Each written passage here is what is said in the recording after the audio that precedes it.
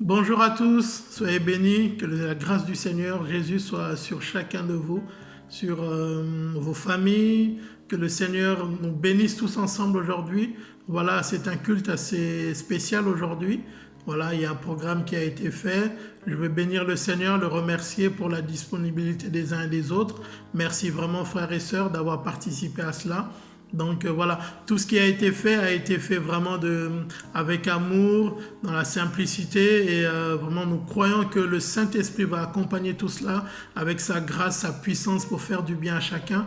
Voilà, donc c'est vraiment toute l'Église qui s'est réunie pour pouvoir vivre ces moments. Donc voilà, ouvrez vos cœurs, laissez le Saint-Esprit vous conduire, nous conduire et que chacun d'entre nous, nous puissions vraiment vivre un beau moment dans la présence de Dieu. Voilà. Et déjà la première surprise pour nous ce matin, c'est que je vais laisser la place à notre sœur Eliane qui va nous introduire, qui va introduire ces moments devant le Seigneur, qui va demander la grâce de Dieu, la présence de Dieu, oh Monsieur, sur nos vies.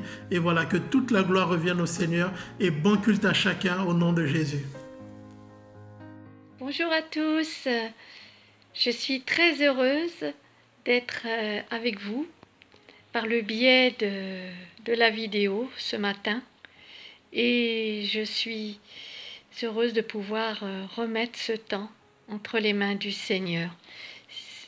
Nous voulons aussi penser à tous ceux qui sont tristes, tous ceux qui passent par des moments difficiles ou qui sont seuls.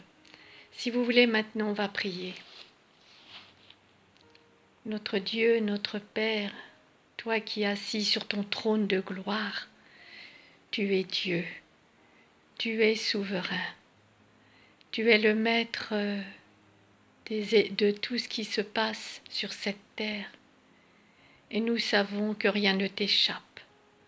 Seigneur, nous n'avons pas à avoir peur parce que tu es là, parce que tu nous entoures par tes bras d'amour. Tu es ce bon berger. Et tu veux toujours nous conduire dans de verts pâturages. Seigneur, merci de bénir chacun de tes enfants. Seigneur, là où il y a la peur, que tu apportes la paix. Là où il y a, Seigneur, la tristesse, que tu apportes la joie. Seigneur, merci de restaurer les cœurs. Merci d'apporter ta consolation. Merci de faire du bien. T'apportons aussi ton serviteur qui va maintenant apporter ta parole.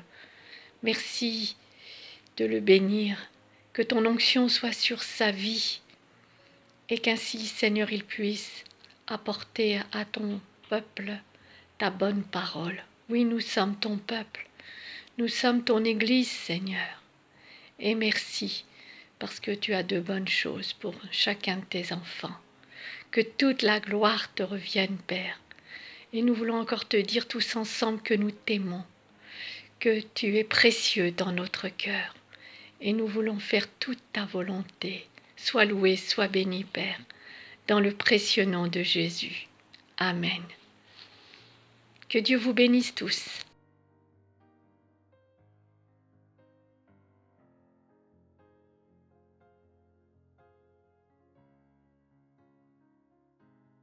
Frères et sœurs de Chaumontel, bonjour, bienvenue dans ce culte spécial puisque nous célébrons Pâques, la résurrection de Christ aujourd'hui. Et avec l'équipe de louanges, ce matin, on avait à cœur de pouvoir vous préparer une surprise. Et cette surprise, elle est simple, c'est de louer ensemble l'Éternel. Par quelques chants ce matin, je vous invite à vous mettre à l'aise dans votre salon, là où vous êtes, à genoux, assis ou debout, à chanter et à danser avec nous. Nous commençons par ce premier chant qui dit « Nous proclamons ».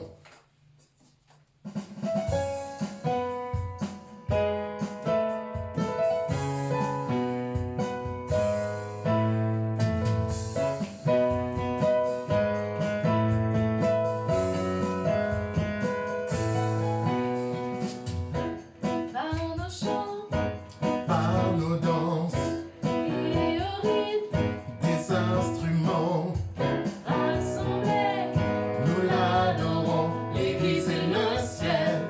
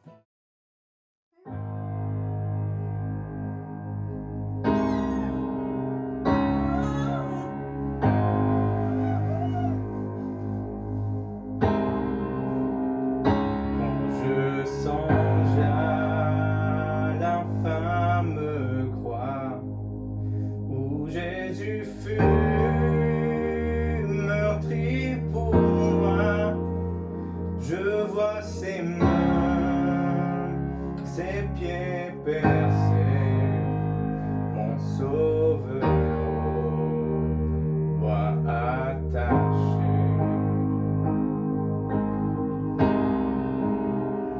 Son corps lié, de larmes trempées dans le tombeau fut déposé, l'entrée scellée d'une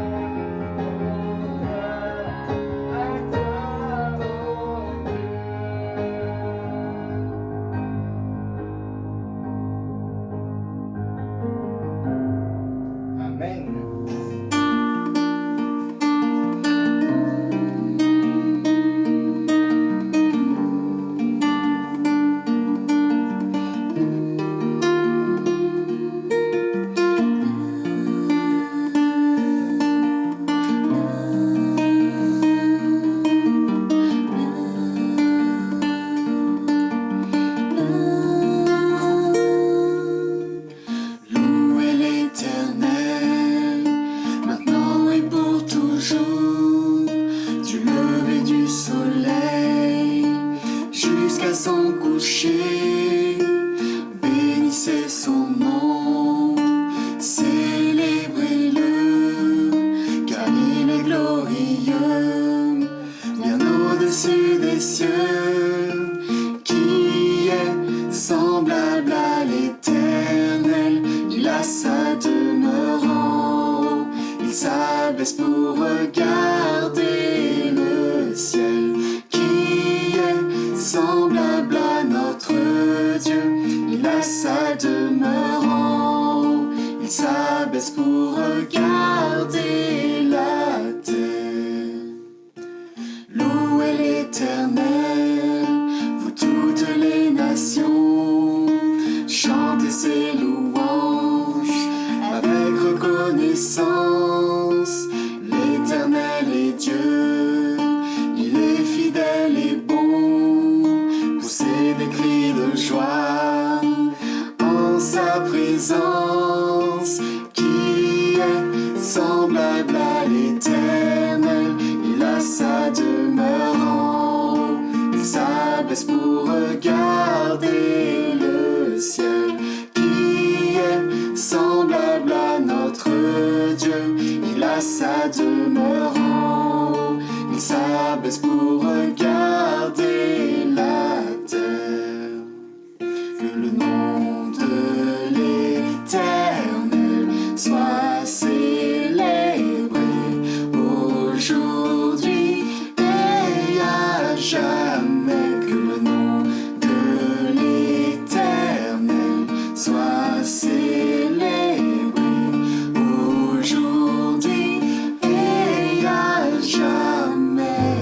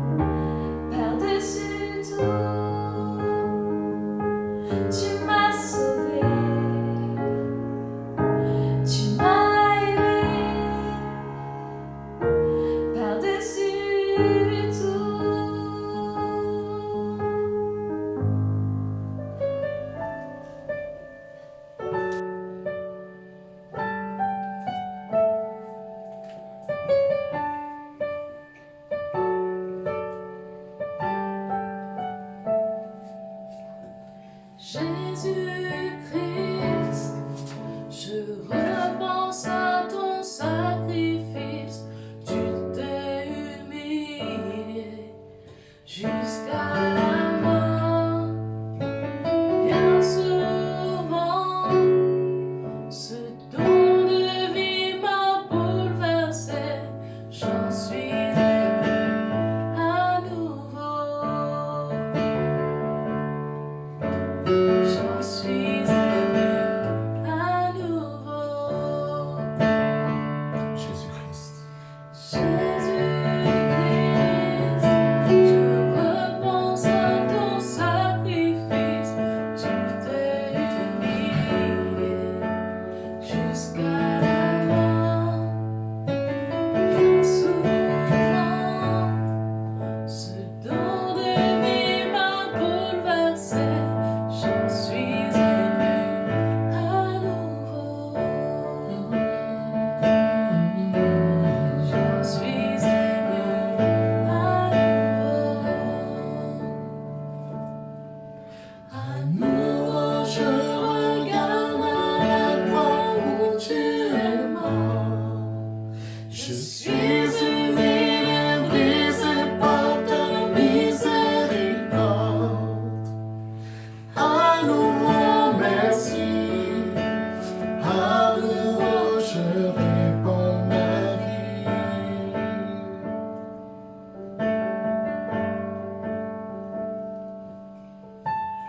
Aujourd'hui, tu règnes dans les lieux très hauts. Au-devant mon roi, je m'inclinerai. À présent, émerveillé par ton salut, et mon cœur t'exalte à nouveau. Mon cœur t'exalte à nouveau. À nouveau, je regarde à la croix où tu es mort.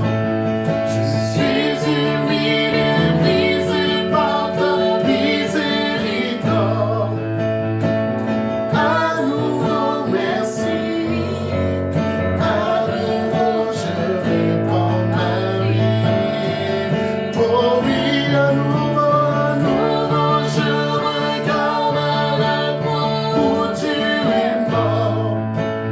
Je suis humilié, brisé par ta miséricorde. À nouveau, merci. À nouveau, je répands ma vie.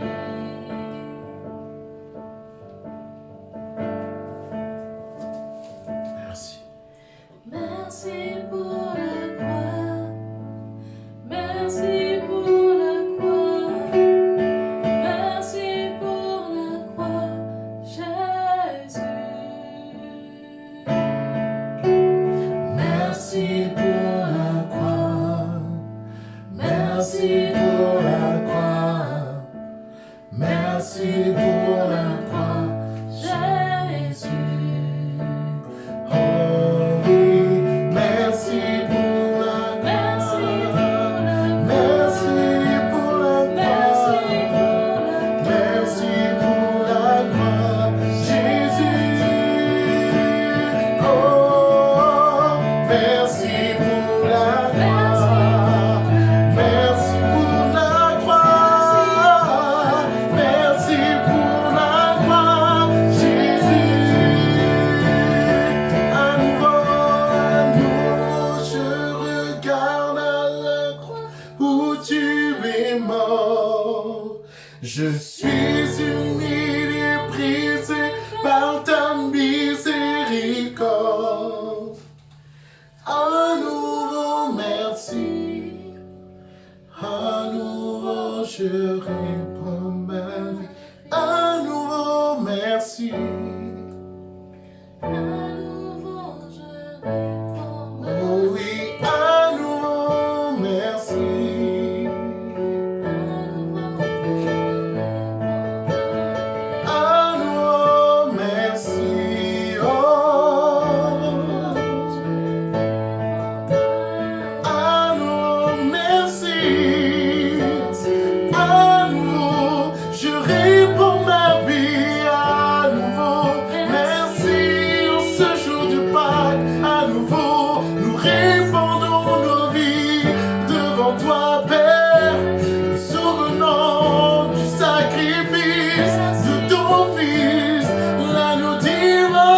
que tu as emmené sur terre pour nous sauver.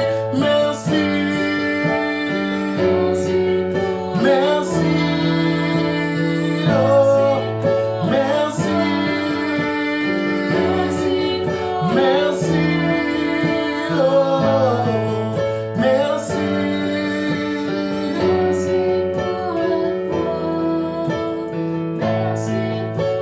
merci, Jésus. Je répands ma vie.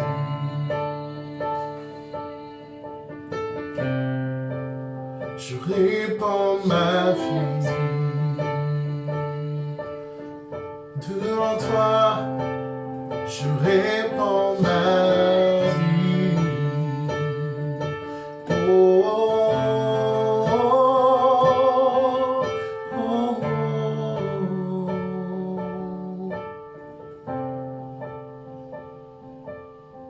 Merci parce que tu t'es donné entièrement pour nous, Seigneur. Mort à la croix, mais aussi ressuscité. Et nous voulons nous rappeler avec joie ce matin que tu es vivant. Notre Jésus est vivant. Il est vivant. Oh. Oui, tu es vivant ce matin. Et tu bénis mon frère, ma sœur. Et tu bénis l'église. Et tu bénis ton église, ton épouse que tu aimes. Alléluia.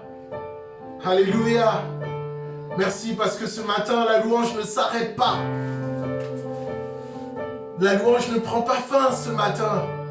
Gloire à ton nom, Seigneur. Partout dans le monde, Seigneur.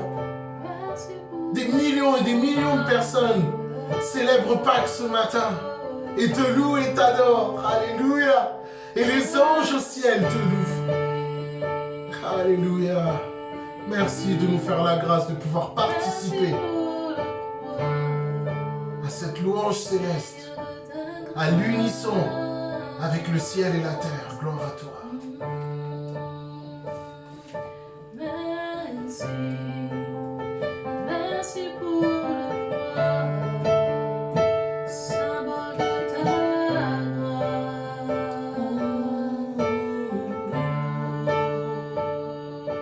Merci, merci pour le roi, Merci symbole pour de ta grâce.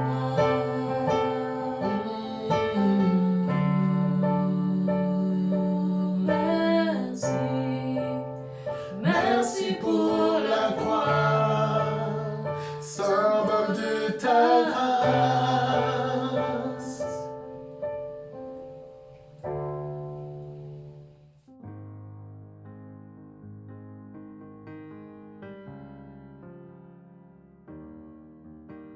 Soyez bénis, frères et sœurs. Voilà, ce matin, j'aimerais vous parler de l'alliance de Dieu. Nous sommes en train de fêter aujourd'hui, en tout cas la Pâque, la mort et la résurrection du Seigneur. Et nous ne devons pas oublier que ce sacrifice de Jésus à la croix est la conclusion d'une alliance. C'est une alliance que Dieu a faite au travers du sang de Christ qui a été versé. Et donc, en tant qu'enfants de Dieu, nous qui nous disons chrétiens, appartenant au Seigneur, nous devons savoir ce que Dieu a fait pour nous dans cette alliance. Qu'est-ce que Dieu a promis, en quoi Dieu s'est engagé envers chacun d'entre nous en tant qu'enfants de Dieu.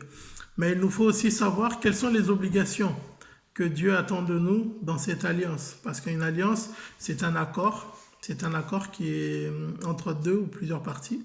Et donc là, en l'occurrence, c'est entre le Seigneur et nous. Et nous avons besoin de savoir un petit peu comment ça fonctionne. Bon, pour la petite histoire, donc je ne fais pas une étude approfondie sur l'alliance. Je suis simplement en train d'énumérer, de présenter l'alliance de Dieu, ce que c'est. Et puis nous pouvons, si le Seigneur nous permet, dans une étude biblique, entrer plus en profondeur des choses. Voilà, donc il y a eu deux alliances dans l'histoire du peuple de Dieu avec le Seigneur. Voilà. Il y a ce qu'on appelle la première alliance ou l'ancienne alliance qui a été conclue par Dieu avec le peuple d'Israël. Cette alliance est passée par Moïse donc qui a été l'instrument que Dieu va utiliser. Et ça, on peut le retrouver dans Hébreux chapitre 8. Donc on peut aller dans nos Bibles, voir dans Hébreux chapitre 8. Donc je regarde en même temps que vous, comme ça nous avançons ensemble. Hébreux chapitre 8, à partir du verset 8, voici ce qui est dit. Or, le Seigneur déclare sous forme d'un reproche. Voici des jours viendra, dit le Seigneur, où je conclurai avec la maison d'Israël et la maison de Juda une alliance nouvelle. Elle ne ressemblera pas à celle que j'ai conclue avec leurs ancêtres lorsque je les ai pris par la main pour les faire sortir du pays d'Égypte. Voilà. Donc Dieu dit qu'il y a eu une première alliance qu'il avait conclue avec le peuple d'Israël lorsqu'il les a fait sortir du pays d'Égypte. Et on retrouve cela également dans Exode chapitre 12, à partir du premier verset. Dieu dit à son peuple que voilà, aujourd'hui sera pour vous le premier de tous les mois. Ce mois-ci devient pour vous le premier de tous les mois.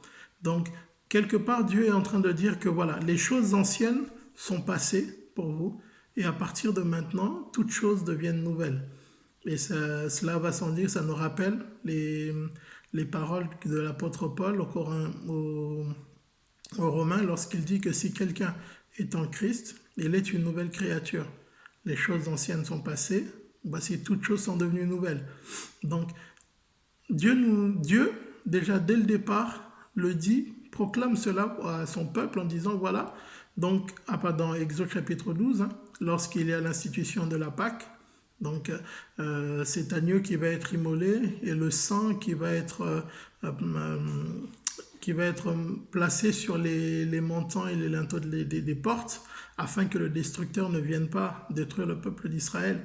Donc il dit voilà, ça sera pour vous le premier de tous les mois, quelque chose de nouveau, un nouveau commencement. Et donc c'est là la conclusion de la première alliance que Dieu va conclure avec son peuple. On retrouve encore quelque chose dans Hébreux au chapitre 9 à partir du verset 19. Hébreux chapitre 9 à partir du verset 19, il est dit « En effet, Moïse a d'abord exposé au peuple tout entier le commandement tel qu'il se trouve consigné dans la loi. Ensuite, il a pris le sang des veaux et des boucs immolés en le mélangeant avec de l'eau.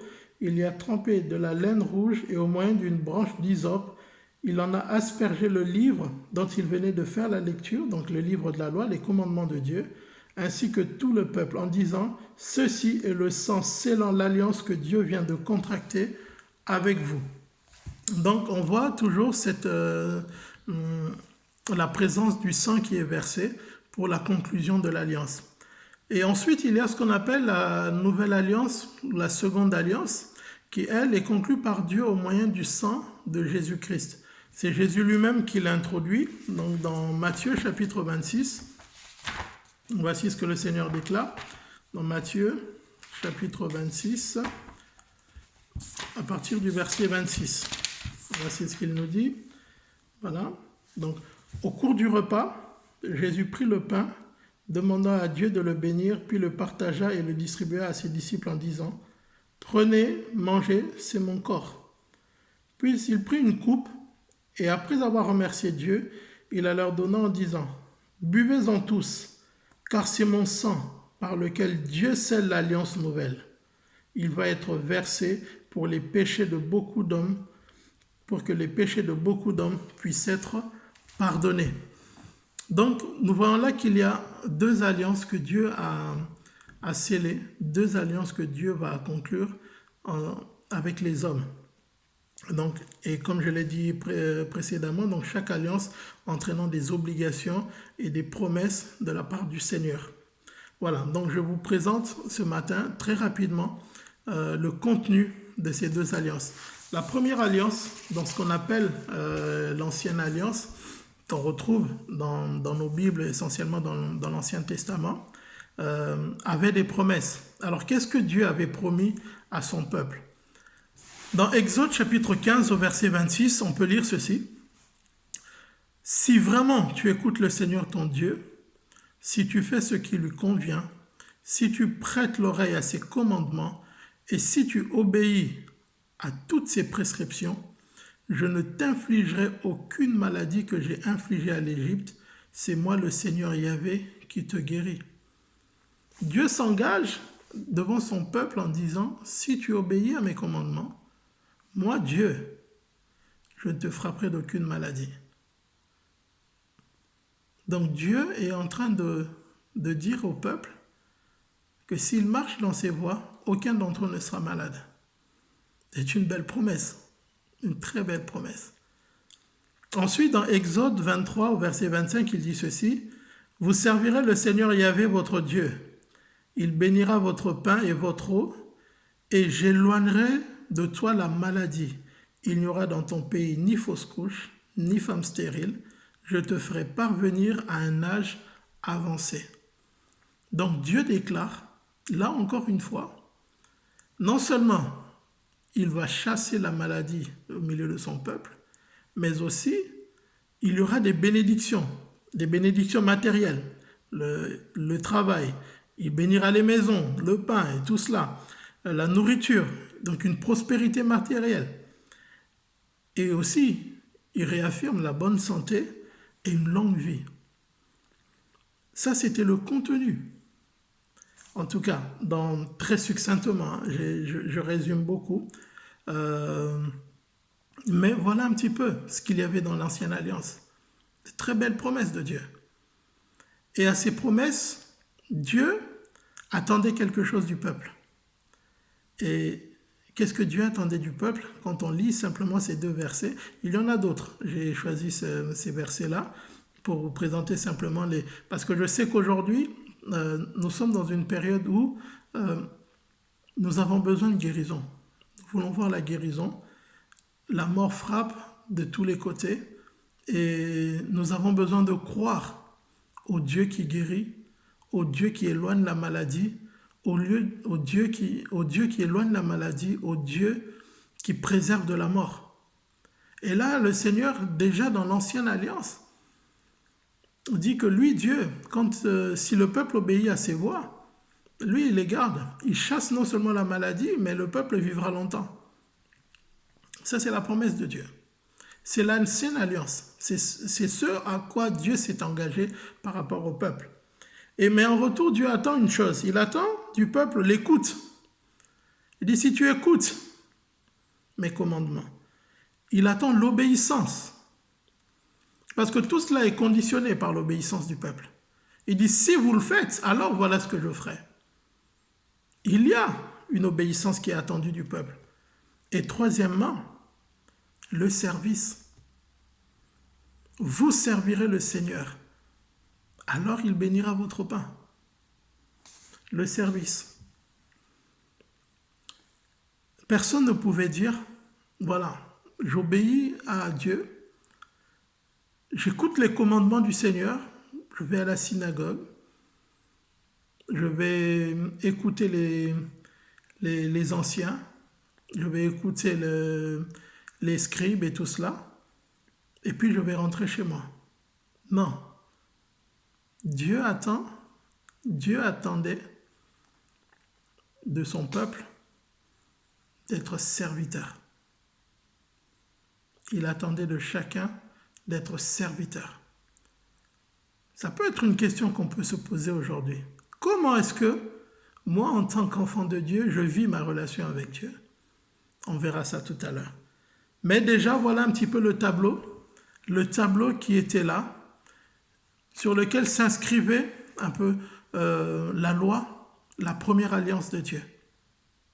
J'ai retrouvé ce passage encore que j'aime beaucoup et que je cite souvent, dans Proverbes chapitre 4, du verset 20 au verset 22, où Dieu dit « Mon fils, prête l'oreille à mes discours, à mes paroles et tends l'oreille à mes discours, qu'ils ne s'éloignent pas de tes yeux, garde-les au fond de ton cœur, car ils sont la vie pour ceux qui les trouvent et la santé pour tout leur corps. » Dieu dit littéralement que garder ses commandements, être attentif à ses discours, donne la vie et la santé. Donc la parole de Dieu devient un médicament, le meilleur vaccin qui soit pour nous garder de toute maladie. Voilà un petit peu rapidement l'Ancienne Alliance. Alors que dit la parole de Dieu sur la Nouvelle Alliance? La première question qu'on peut se poser, est-ce que la nouvelle alliance, dans celle qui a été scellée par Dieu au travers du sang de Jésus-Christ, est-ce qu'elle est supérieure à l'ancienne alliance? La réponse est oui. Elle est très nettement oui. Regardons ensemble ce que dit la parole de Dieu. Dans Hébreux chapitre 8, dans Hébreux chapitre 8, voici ce que la parole de Dieu nous déclare.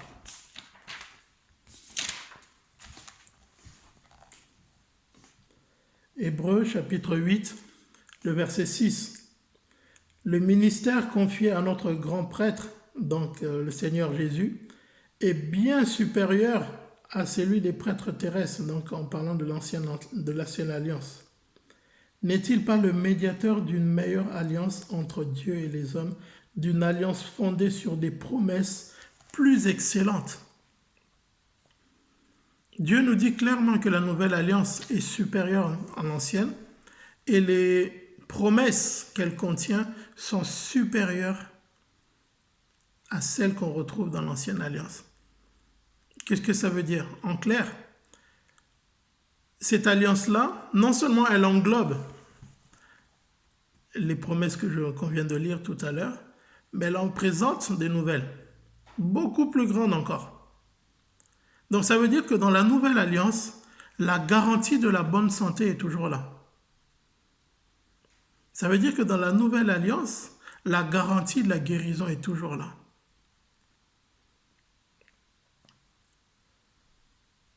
Regardons un petit peu le constat que Dieu fait des deux alliances. Toujours, on va rester dans Hébreux rapidement, dans Hébreux chapitre 10, du verset 1 au verset 4. Voici ce que la Bible dit. Bon, moi, je suis en train de lire dans la version Parole vivante, donc ça peut sembler un peu différent de vous, mais c'est la transcription de tout ce que vous avez.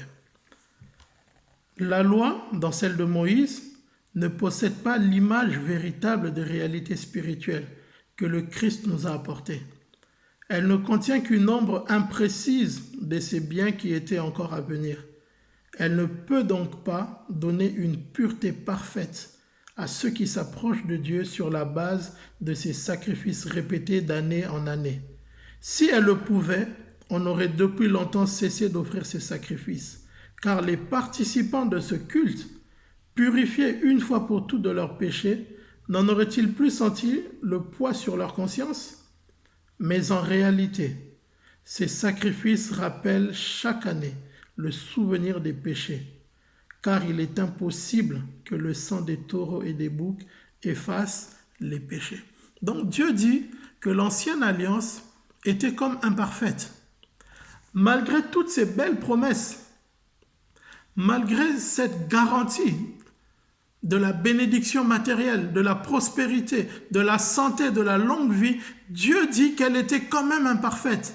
Parce qu'il y avait un aspect quand même dans la vie de ceux qui étaient sous cette alliance et qui, aux yeux du Seigneur, est fondamental, c'est que leur péché n'était pas effacé. Ils étaient comme couverts un petit peu tous les ans, mais le péché était toujours là. Or, Dieu avait en vue la purification du peuple.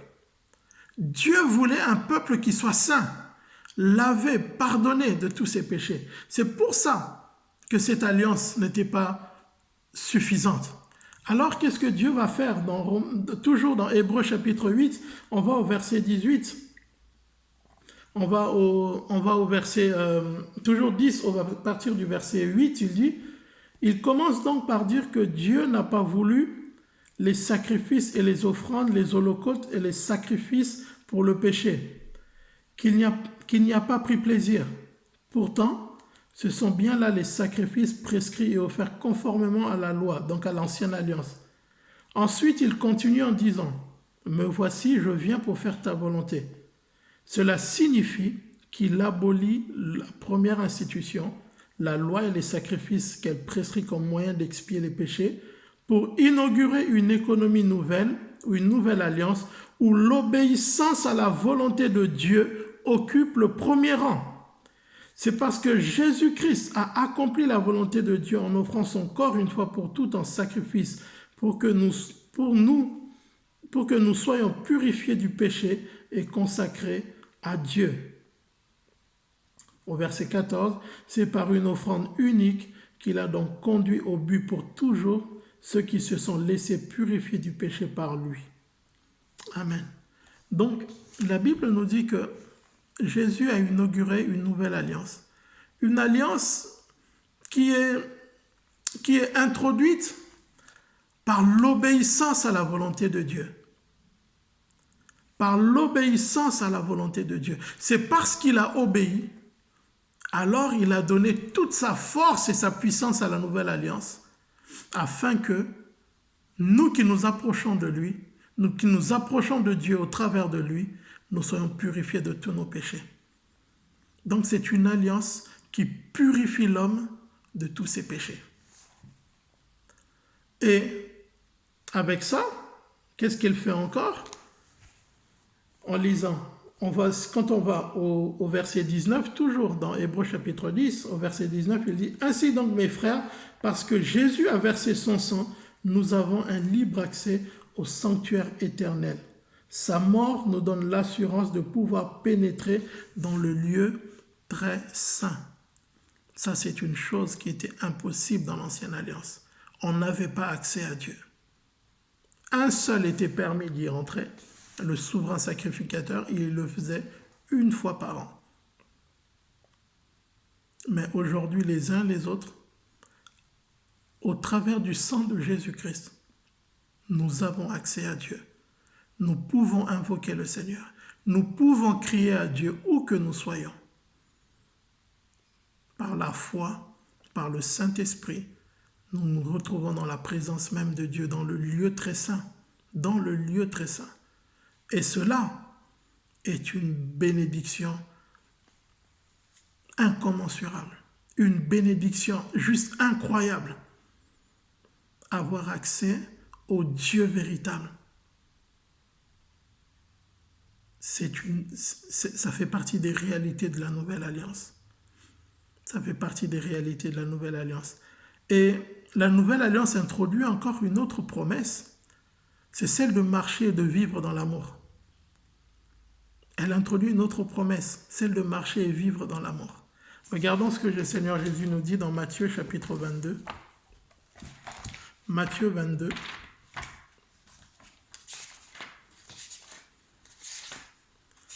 Matthieu 22, le verset 34.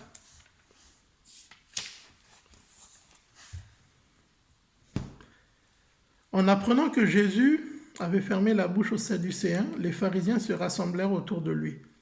L'un d'entre eux, un docteur de la loi, voulut lui tendre un piège et lui demanda, verset 36, donc Matthieu 22, à partir du verset 36, « Maître, quel est dans la loi le commandement le plus important ?» Jésus lui répondit, « Tu aimeras le Seigneur ton Dieu de tout ton cœur, de toute ton âme et de toute ta pensée. C'est là le plus grand commandement et le plus important. Mais il y en a un second qui lui est semblable, tu aimeras ton prochain comme toi-même. Tout ce qu'enseigne la loi et les prophètes se résume dans ces deux commandements. » Donc Jésus est en train de dire à cet homme,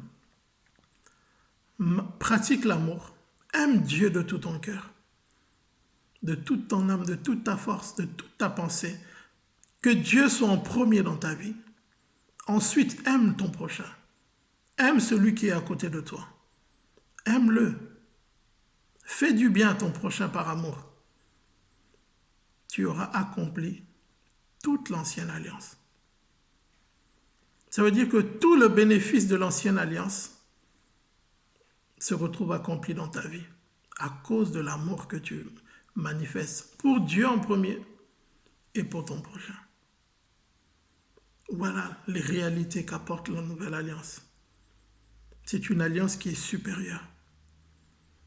Et c'est dans cette alliance que nous sommes aujourd'hui.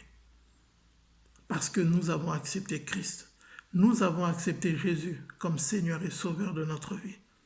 Parce que nous lui avons donné nos vies. Nous l'avons invité à régner dans nos cœurs.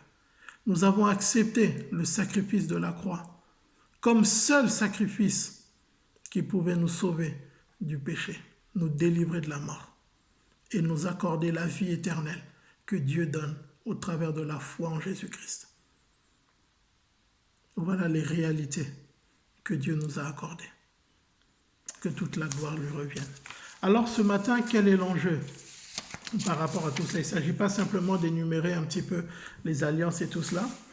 La vraie question aujourd'hui, au regard de ce que nous pouvons vivre, quand on regarde toutes ces richesses, toutes ces merveilles, toutes ces belles bénédictions, ces promesses dans l'alliance de Dieu, la question qu'on peut se poser ce matin, la première, c'est que déjà moi, en tant que chrétien, comment je dois me comporter dans cette alliance? Qu'est-ce que Dieu attend de moi? Parce qu'on l'a vu tout à l'heure, que l'alliance a des exigences.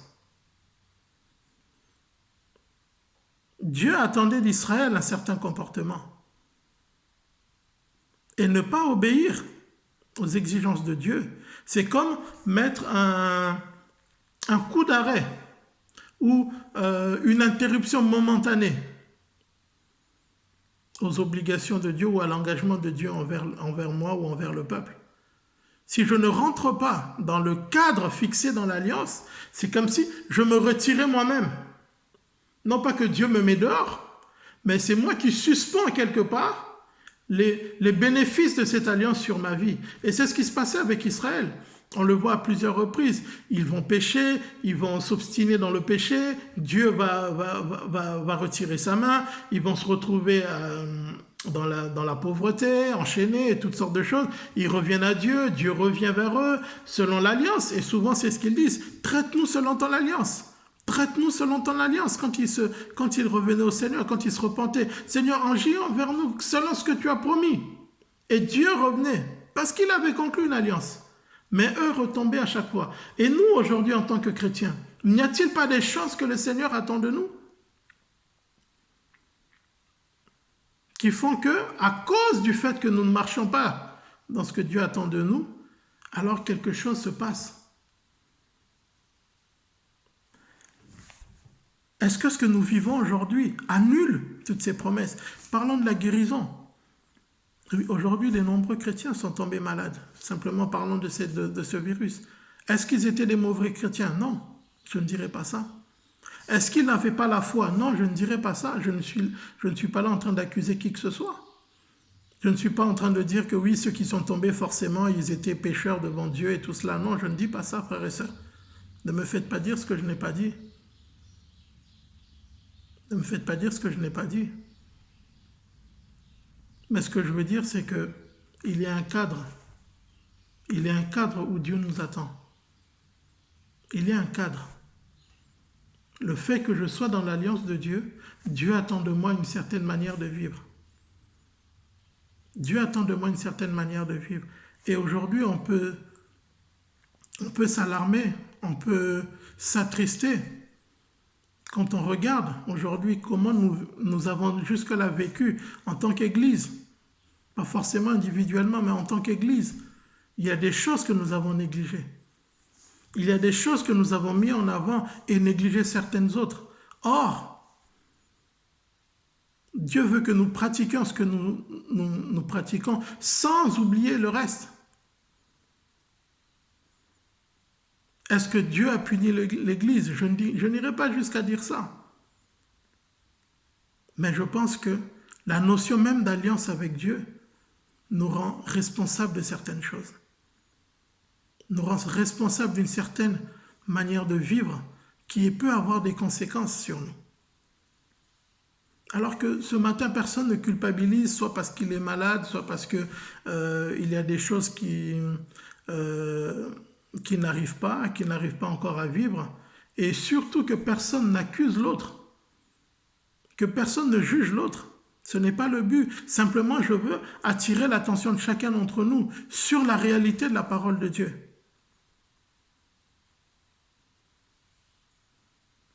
La Bible nous dit une parole forte par l'apôtre Jean. C'est lui qui dit qu'il marche avec le Seigneur et qu'il est en communion avec le Seigneur, mais qui ne marche pas comme lui-même a marché. C'est un menteur. C'est une réalité, c'est une vérité biblique. Alors, quelles sont ces choses qu'on pourrait aujourd'hui, sur lesquelles nous pouvons peut-être regretter un petit peu? La première, en tout cas de mon point de vue, la première, et c'est là où Dieu, le Seigneur vraiment a travaillé mon cœur, c'est que pendant longtemps, on a mis l'accent sur le salut par la foi, en se disant, voilà, l'objectif, c'est d'être sauvé. Et Jésus et Dieu nous sauvent par la foi, il nous sauve par la grâce au moyen de la foi. Dieu est bon, Dieu nous fait grâce et il nous sauve. Et voilà, il n'y a rien à faire, il n'y a aucune œuvre. C'est par la grâce de Dieu que nous sommes sauvés. Crois seulement au Seigneur et puis ça va, et Dieu va te sauver. Et c'est la vérité. C'est la vérité. Nous sommes sauvés par la grâce de Dieu. Et puis voilà, des hommes et des femmes sont arrivés, ils ont accepté, ils ont donné leur vie au Seigneur, et puis ils ont commencé à marcher, et puis on les a laissés, voilà, maintenant tu es sauvé, voilà, tu fais partie du peuple de Dieu, et voilà, donc tu vis, tu es là, et frères et sœurs, la parole de Dieu nous enseigne que la grâce de Dieu, la même grâce qui nous sauve, la même grâce qui nous apporte la vie éternelle, cette même grâce nous enseigne. Cette même grâce nous enseigne à renoncer à l'impiété. L'impiété, ça veut dire une vie qui est totalement détachée de Dieu. Une vie qui ne fait pas, attention à Dieu. Et parfois, en tant que chrétiens, enfants de Dieu, nous avons vécu comme ça. À partir du moment où mes péchés sont pardonnés, Dieu a pardonné mes péchés, c'est bon, je vis ma vie. Or, ce n'est pas ça, être en communion avec Dieu. La grâce m'enseigne que moi qui étais loin, dans Éphésiens chapitre 2, versets 12 à 13, vous le lirez, Éphésiens chapitre 2, versets 12 à 13, la Bible me dit que la grâce, cette grâce qui m'a sauvé, me dit que moi qui étais éloigné de Dieu, j'ai été rapproché de Dieu par le sang de Jésus-Christ. Or, si je continue à vivre une vie détachée de Dieu, ça veut dire que je bafoue cette grâce. Je la bafoue simplement. Je suis en train de bafouer le sang de Jésus parce que je continue à vivre ma vie pour moi. Et si je bafoue le sang, qu'est-ce que je fais? Je piétine l'alliance. Moi-même, je piétine l'alliance avec Dieu. Elle nous apprend à fuir l'impiété. Cette grâce, c'est dans Tite. Vous trouverez ça dans Tite chapitre 2, verset 11, ce que je suis en train de vous partager. Tite chapitre 2, verset 11, vous allez trouver à partir du verset 11 et suivant. À renoncer aux convoitises mondaines, ça c'est l'amour pour le monde. L'amour pour le monde, la Bible dit que l'amour pour le monde est inimitié devant Dieu. Ça veut dire qu'elle ne peut pas s'accorder avec Dieu. Celui qui aime le monde est ennemi de Dieu. C'est dans la Bible. Alors si quelqu'un est dans la grâce, il ne peut pas aimer le monde. La convoitise des yeux, la convoitise de la chair et l'orgueil de la vie. C'est trois choses. Si tu marches là-dedans, tu méprises la grâce de Dieu. Et si tu méprises la grâce, tu es en train de bafouer le sang de Christ. Et donc l'alliance de Dieu ne fonctionne pas. Ça ne fonctionne pas, frères et sœurs. Ça, c'est une des choses, une première chose sur lesquelles nous pouvons regretter aujourd'hui. En tant que chrétien, je parle en tant que chrétien. Parce que je peux voir ce qui se passe dans l'église. Je ne parle pas de l'église Chaumontel, je parle de l'église Grand E. Je parle de l'église Grand E. Ce qu'on peut voir. Nous avons mis de côté une vie de piété, une vie d'attachement à Dieu. Une vie attachée à Dieu, une vie qui place Dieu en premier. Ça, c'est une réalité aujourd'hui. Nous devons renoncer à cela. La deuxième chose, pourquoi est-ce qu'on a l'impression parfois que les promesses de Dieu ne marchent pas? Il y a eu dans l'Église à un moment donné, dans nos cœurs, en tant que chrétiens, une forme d'orgueil. Quelque part, nous nous sommes élevés nous-mêmes à cause de notre position d'enfant de Dieu. À cause de notre position d'enfant de Dieu. Il y a beaucoup de chants comme ça qui exaltent cette situation. Et je peux vous dire la vérité, il y a des chants que je ne chante pas. Ou quand je les chante, il y a des couplets et des versets que je ne prends pas parce que peut-être j'aime la mélodie, j'aime quelques paroles qui sont... Mais il y a des choses que je ne vais pas chanter, je ne vais pas les dire. Parce que je trouve qu'à un moment, nous nous sommes trop élevés dans les choses. Nous nous sommes trop élevés. Peut-être parce que nous avons compris la parole, parce que nous avons saisi, nous exerçons des dons spirituels, parce que ceci, parce que cela, nous avons pu accomplir. Parfois même, nous allions jusqu'à exiger de Dieu d'accomplir certains miracles pour prouver aux gens que ce que nous disons est la vérité. Frère, depuis quand? Ma sœur, depuis quand? Dieu est en obligé pour venir accomplir des miracles pour que le monde voit que toi tu avais raison. Pour que le monde voit que moi, oui, je suis un grand pasteur, voilà ce que Dieu fait. Vous voyez? Et ce que nous avons fait, nous nous sommes mis en avant. Nous nous sommes mis en avant. Nous avons pris la première place. Et ça, c'est impossible. Frère, Dieu dit, je ne donne pas ma gloire à qui que ce soit. Je ne donne pas ma gloire à qui que ce soit, frère. Regardons ce que dit la parole de Dieu dans Romains chapitre 11 au verset 36. Voici ce que la Bible nous enseigne. Elle nous dit,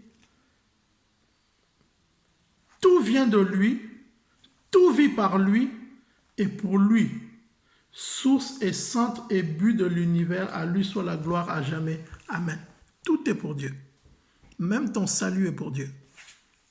Même mon salut est pour Dieu. Ma vie est pour Dieu. Tout est pour lui. Il est par lui et pour lui. L'acteur principal de l'histoire de l'humanité, c'est Christ Jésus. Ce n'est pas l'homme. Vous savez, j'aime beaucoup parfois à remarquer une chose. La parabole du fils prodigue. Si vous allez, je vous invite à le faire. Cette parabole ne commence pas par un fils un jour. Elle commence par un père avec deux fils. C'est le père qui est l'acteur principal. Ce n'est pas le fils. C'est le père. C'est lui qui est riche. C'est lui qui donne. C'est lui qui accueille. C'est lui qui pardonne. C'est le père. Ce n'est pas le fils. Un père avec deux fils. C'est le Seigneur qui est au centre de tout. Nous nous sommes élevés et aujourd'hui on se rend compte que ça ne marche pas. Nous avons proclamé tout un tas de choses, ça ne marche pas. Nous devons nous repentir de cette attitude pour entrer dans l'alliance que Dieu a faite pour nous. Nous avons besoin d'entrer dans l'alliance de Dieu pour vivre les promesses de Dieu. Nous devons nous rabaisser devant Dieu. La troisième chose, très rapidement, et ça aussi c'est un constat. Aujourd'hui, nous crions à Dieu pour mettre fin à tout ce que nous vivons aujourd'hui, à cette situation et ce virus qui vient nous perturber. Nous crions à Dieu, Seigneur, d'arrêter et tout cela. Mais nous avons oublié une chose, frères et sœurs. Ce à quoi nous avons goûté depuis quelques semaines est la réalité de beaucoup de nos frères et sœurs. Je parle de l'Église persécutée. Pendant longtemps, nous n'avons plus pensé à eux. Pendant longtemps, en tant qu'Église de Jésus-Christ, nous avons oublié nos frères et sœurs. Ce qui est pour nous aujourd'hui la réalité de quelques semaines, la peur de la mort, de tout perdre, de perdre sa famille, la réalité de ne plus pouvoir se réunir, d'aller au culte, c'est la réalité de tous les jours. Aujourd'hui, nous voulons que Dieu nous exauce, que Dieu agisse, que le Seigneur fasse taire ces choses et tout ça. Mais eux alors? Et eux alors? Et eux? Ils payent tous les jours de leur vie ce salut. Nous avons besoin de revenir à la réalité. Nous avons besoin de voir le cœur de Dieu. Nous avons besoin de voir le cœur de Dieu. Alors que faire après avoir dit tout ça? Premièrement, moi ce que j'aimerais vous proposer, frères et sœurs, c'est que chacun, avant de prendre la Sainte Seine tout à l'heure, avant de proclamer cette nouvelle alliance que Dieu a scellée pour nous au travers du précieux sang du Seigneur Jésus-Christ, c'est que individuellement et collectivement, donc je veux dire en tant qu'Église, que chacun là où il est, sachant que pendant cette Sainte Seine, nous sommes connectés les uns les autres. Nous sommes connectés par le Saint-Esprit. Nous sommes en communion les uns avec les autres, avec le Seigneur. Alors que nous puissions nous repentir, premièrement, de notre vaine manière de vivre. Il est inacceptable que dans l'Église, qu'individuellement déjà dans nos vies, qu'il y ait des conflits, des méchancetés, des mensonges, de l'animosité, de l'orgueil, de toutes ces choses. C'est inconcevable. C'est inconcevable. Les impuretés, ces choses, c'est inconcevable. Nous repentir devant le Seigneur. La deuxième chose, nous devons nous repentir d'avoir pris la place du Seigneur, ou du moins de l'avoir négligé, d'avoir négligé le Seigneur dans notre vie, de lui redonner la place qui est la sienne, à savoir le trône, et aussi dans l'Église. La sainteté de Dieu, frères et sœurs, la sainteté de Dieu doit revenir dans nos cœurs, dans nos vies et dans l'Église. La crainte de Dieu doit revenir dans nos cœurs et dans l'Église. Nous repentir devant le Seigneur et lui demander de déposer dans nos cœurs l'esprit de crainte de l'Éternel. Et la troisième chose, nous repentir aussi parfois d'avoir été négligents par rapport à nos frères et sœurs qui sont persécutés.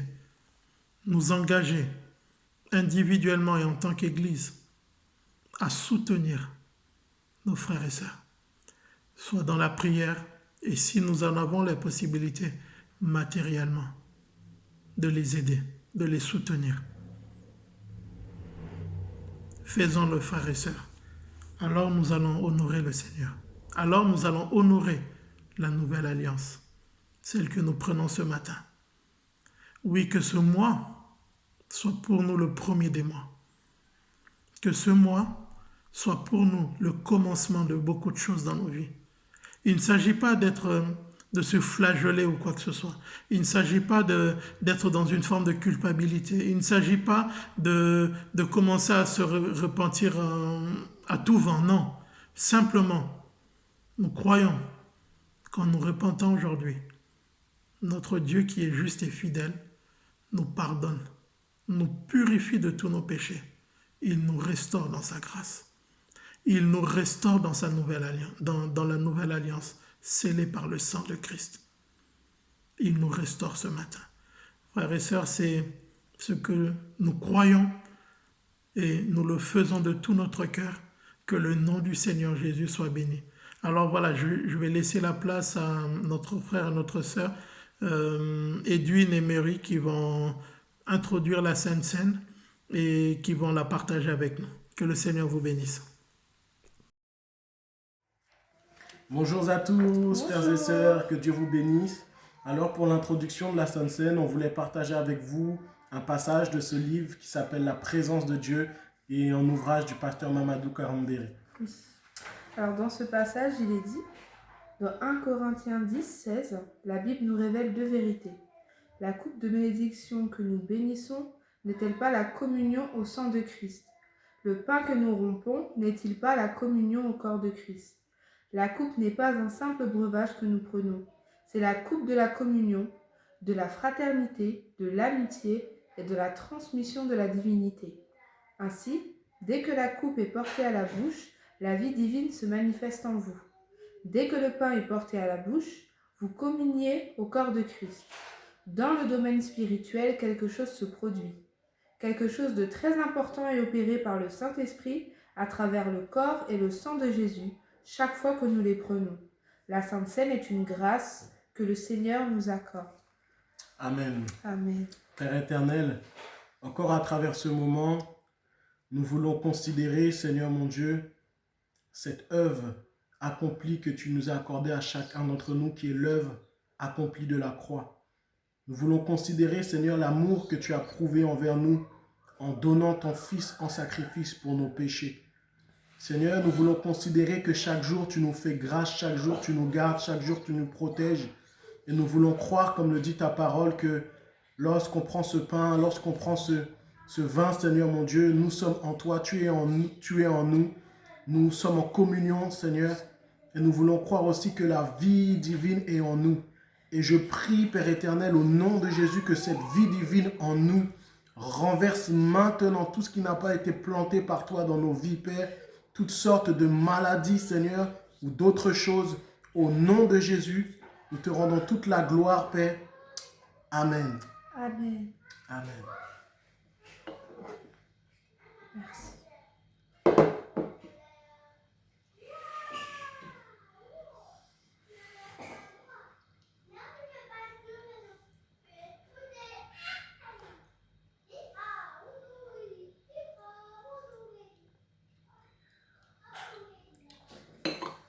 Que Dieu vous bénisse. À bientôt et prenez soin de vous. Bye bye. Voilà, c'est la fin de notre culte. Voilà, nous voulons bénir le Seigneur pour ces moments passés ensemble.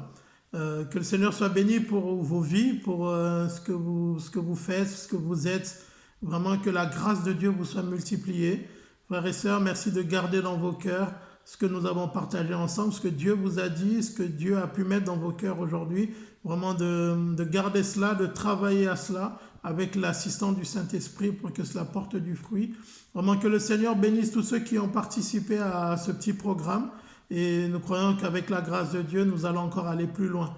Voilà, continuons toujours de bénir le Seigneur, continuons toujours de l'adorer, continuons toujours de tout remettre entre ses mains, parce qu'il est fidèle, il est droit, il est juste dans tout ce qu'il fait, même quand nous ne comprenons pas les choses. Voilà, que personne ne soit frustré pour une incompréhension ou quoi que ce soit, notamment par rapport au message de tout à l'heure. Si vous avez des questions, n'hésitez pas, envoyez-moi un message et puis je pourrai toujours préciser certaines choses. Mais voilà, je crois vraiment de tout mon cœur que quelque chose de nouveau se passe, quelque chose de nouveau se fait. Et ne négligeons pas cela. Nous avons pris la Sainte Seine dans la présence de Dieu et je crois vraiment que la grâce de Dieu s'est posée sur chacun d'entre nous et que Dieu nous garde en ces temps. Voilà.